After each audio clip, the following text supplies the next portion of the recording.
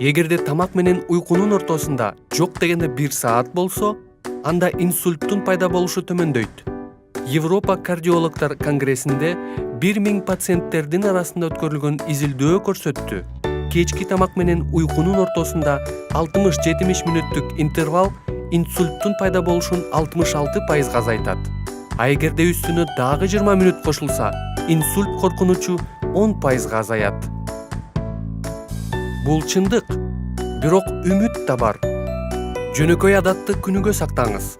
Кечки тамактан кийин жок дегенде 1 саат уктабай туруңуз. Эң туурасы бул уйкуга чейин 3-4 саат калганда тамактануу.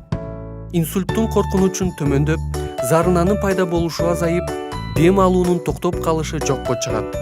Кечки тамак канчалык эрте болсо, уйку ошончолук тынч жана дени соо жүрөт.